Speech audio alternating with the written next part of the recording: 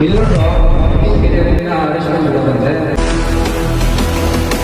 ನೋಡ್ರೋ Puneeth ಕೆರೆಯಲ್ಲಿನ arrest ಮಾಡ್ಬಿಡೋದಂತೆ. ಹೌದಾ? ಯಾಕೆ ಗುರು? ಅವ್ರೇನು ಕೊಲೆ ಮಾಡೋರ ಇಲ್ಲ ದೊರಡೆ ಮಾಡೋರ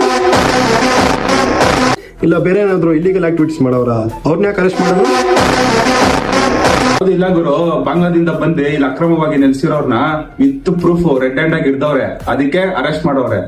ಪೊಲೀಸರು ಅರೆಸ್ಟ್ ಮಾಡ್ಬೇಕಾಗಿದ್ದು ಅವ್ರು ಬಾಂಗ್ಲಾದೇಶದಿಂದ ಬಂದು ಇಲ್ಲಿ ಜಾಂಡ